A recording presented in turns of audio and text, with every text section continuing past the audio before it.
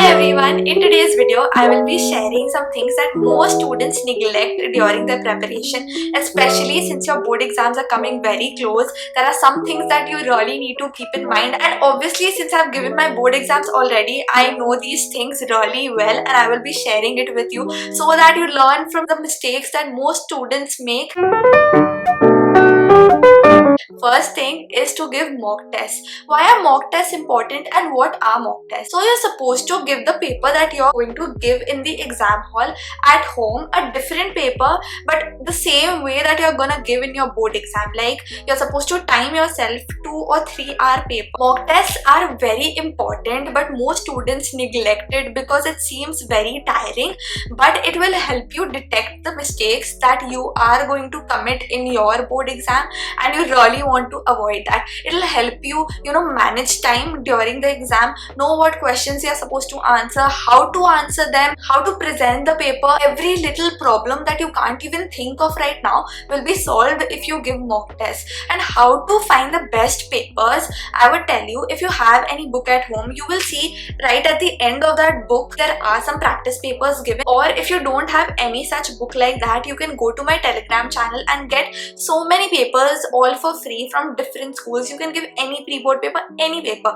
Just try to give at least 1 to 2 papers for each subject that you have. I would recommend getting 1 paper from my Telegram group and 1 paper from the 10 years. Solve those, find out what mistakes you're making from the answer key and try to learn from there. What are the mistakes? Are you making silly errors? Are you making conceptual errors?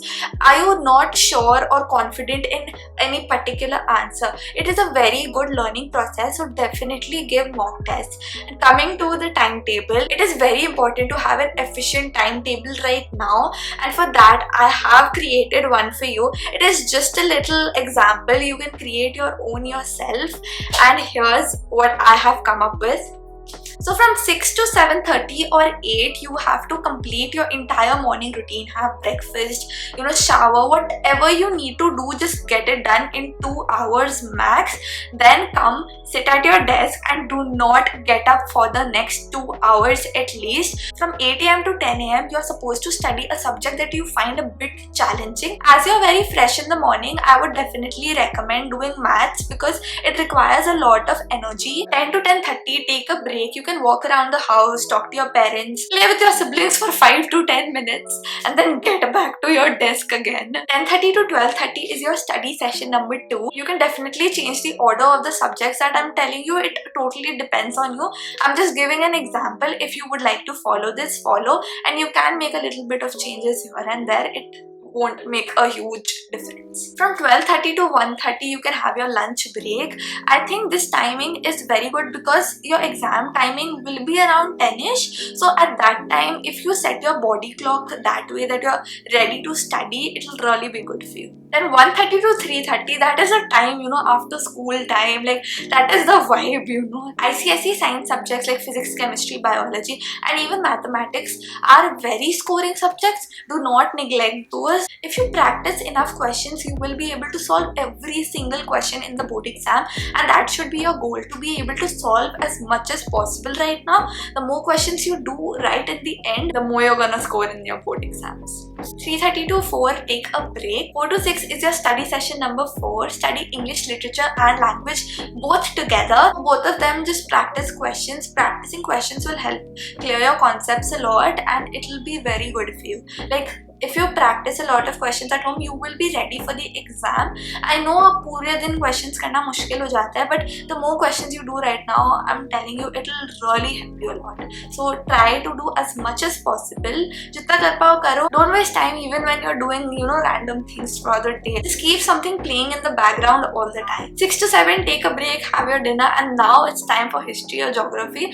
See, if you would like to switch physics and history geography, because I would personally get very sleepy if I studied history or geography at night, so I would definitely do that in the morning. But since most students find physics difficult, I decided to put it earlier, but it totally depends on you. From 7 to 8:30, you can alternate days, do history civics on one day and geography on the other. From 8:30 to 9, take a little break, brush your teeth, do all your night skincare and everything. 9 to 10:30 is your last study session, so you should definitely give your best at that time. Study biology and your sixth subject during that time. I personally feel that biology and sixth subject do not need too much of effort, so less time right before you sleep is very good for these two subjects. So finally at 10:30 you're done studying. After that, just plan for the next day what you want to study, which topics, what questions you want to do. Just plan it out, take a piece of paper and write it down very nicely and try to follow it the next day. Make a little to-do list that you can check off, and it'll really help you stay productive as well. And you know, a plan will give you a little direction that will lead to success.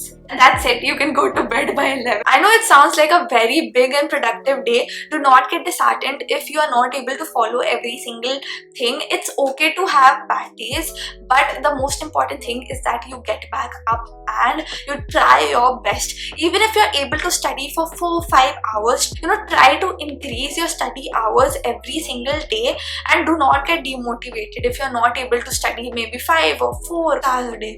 You know, try to give your best and I am sure you'll succeed. Before we go, here are some practice papers by Oswal Publishers. I think these books are great. They have given some really good practice questions right here.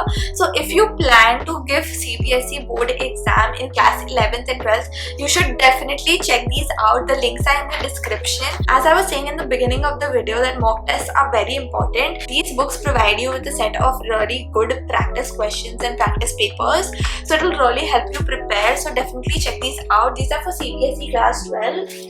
And I will see you next time. I actually have my exams going on, so I'm not sure if my next video will be up soon, but I will definitely try. Let me know what you want to see next, and I will see you soon.